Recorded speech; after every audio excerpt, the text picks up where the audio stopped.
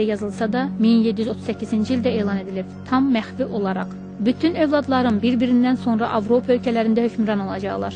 Rus səltənəti daim yaşamalıdır. Mən bu vəsiyyətnaməmni yazıram ki, gələcək nəsillərin əlində təlimat olsun. Rusiya dövlətinə o zaman dünya dövləti adlandırmaq olar ki, onun paytaxtı Asiya və Avropa xəzinələrinin açarı olan İstanbul olsun. Tez və yerli yerində çalışıb türklərə sahib olan şah dünyada ilahi şah olacaq. Bu məqsədi həyata keçirmək üçün həmişə Türkiyə ilə İran arasında fitnə fəsad törətmək, davada salmaq lazımdır. Rusiya nüfuzunu Asiyada qaldırmaq üçün Sünni-Şiə ixtilafı yaxşı vasitədir. El eləmək lazımdır ki, heç bir vaxt İran, Türkiyə dövlətləri bir-biri ilə dil tapa bilməsin. Türklərin Avropa xalqları ilə təmas tapmasına da qəti imkan verməməli.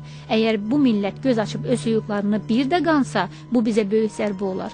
İslam əqidəsini Asiyadan uzaqlaşdırmalı, xristian dini və əqidəsi və mədəniyyətini ciddi təbliğ etmək, yaymaq zəruridir. Tam məxfi qalsın. Cürbəcür tədbirlər etmək ki, müsəlmanlar pulsuz, ticarətsiz qalsın. Xüsusilə İranı tabe edib o hala salmaq lazımdır ki, Rusiya dövləti istədiyi vaxt onu zəhmətsiz öldürməyə qadir olsun. Amma Türkiyə dövləti məhv olmadan İranın canını almaq məsləhət deyil. İran Türkiyədən üz döndərə bilər. Türkiyə isə cənubdakı türklərə görə onlara rəhm edə bilər.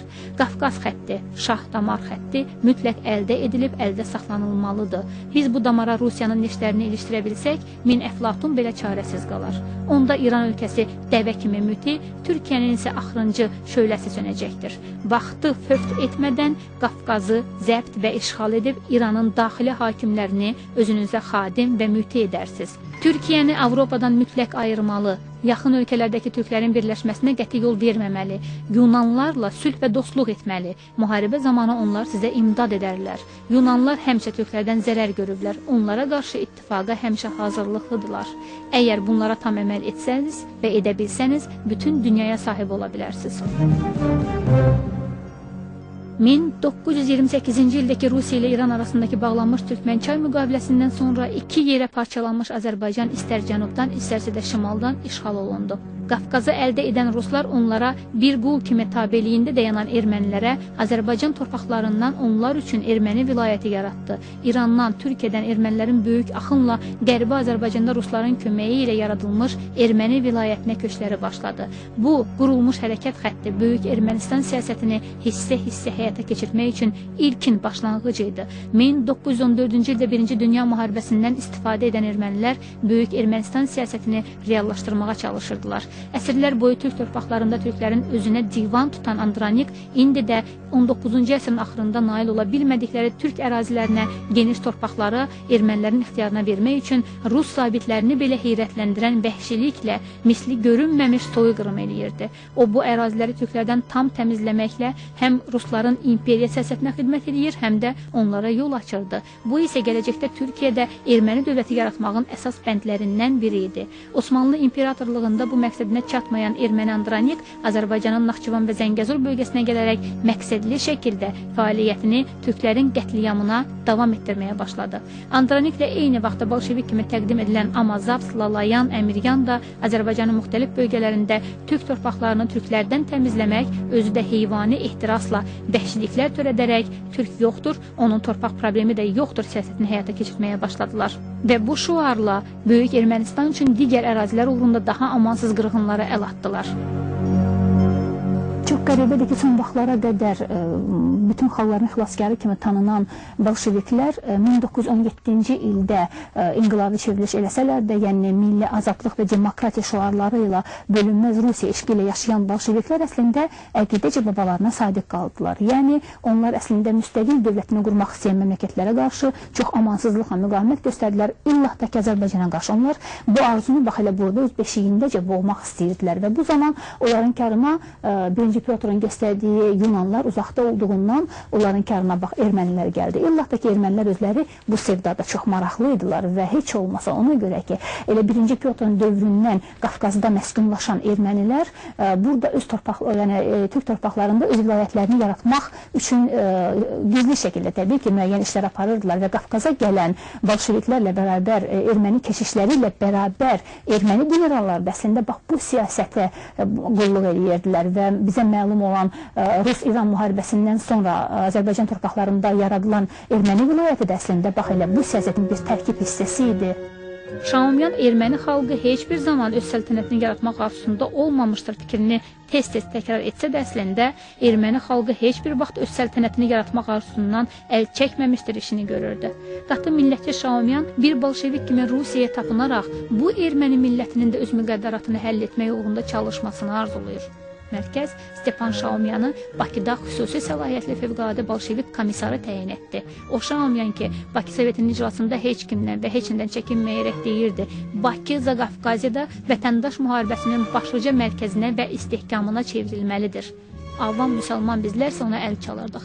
Əlində Lenin mandatı tutan Şaumyan Bakıda qırmızı ordu hissələrinə rəhbərlik etməyi Böyük Ermənistan yaratmaq eşqi ilə yaşayan erməni millətçilərinə tapşırmışdı.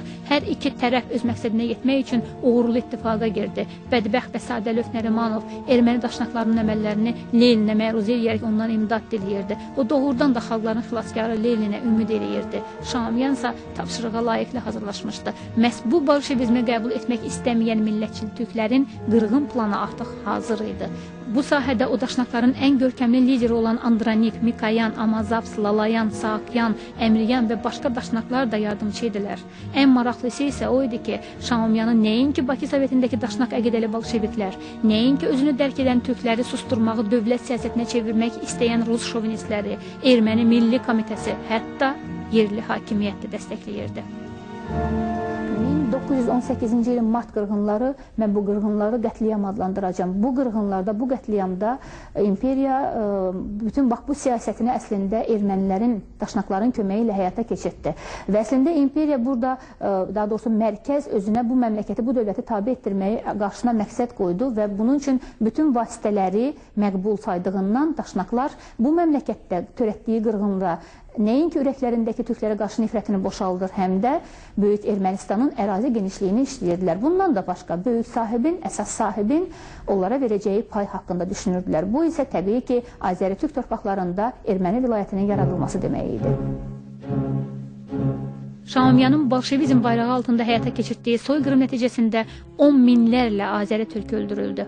Rusiyaya Bakı Soveti Volqa ilə 80.000 pud neft göndərə bildi. Qırğınların səbəblərindən biri də neft Bakısını, təbii sərvətlərlə zəngin Azərbaycan torpaqlarını qan axıtmaq bahasına olsa da əldə saxlamaq idi. Rusiya neftini itirmir, ulu bir xalqı vassallıqda saxlayır. Bu əməliyyatda ona dəstək olacaq ermənilərə gələcəkdə hansısa bir ərazi verəcəyini isə eyninə belə gətirmirdi. Ermənilər isə bizləri qırıb qutarmaqla tarixi Türk torpaqlarının sahiblərinin izini silərək ora erməni əhalisi köçürdür, yalan tarixlə sabahki torpaq sahibi kimi erməni millətinin daimi sakinləri olan yurt yerlərinin, türklərin maddi mədəniyyətini yox eləməklə, bax bu izləri silməklə məşğul idilər. 20-ci ilin aprel çevrilişindən sonra ermənilər ruslarla intensiv danışıqlar aparmağa nail oldular. Sergey Orjonikidze'nin Leninə, Çiçerinə, Stalinə vurduğu teleqramda deyilirdi.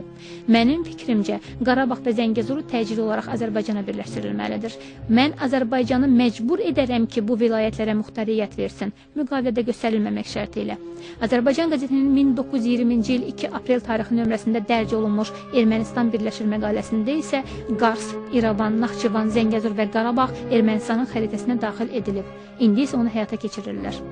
Bunun üçün də əvvəlcə İrəvan Eşməzdin, Sürməli, Bəyazit müsəlmanlardan təmizlənməlidir.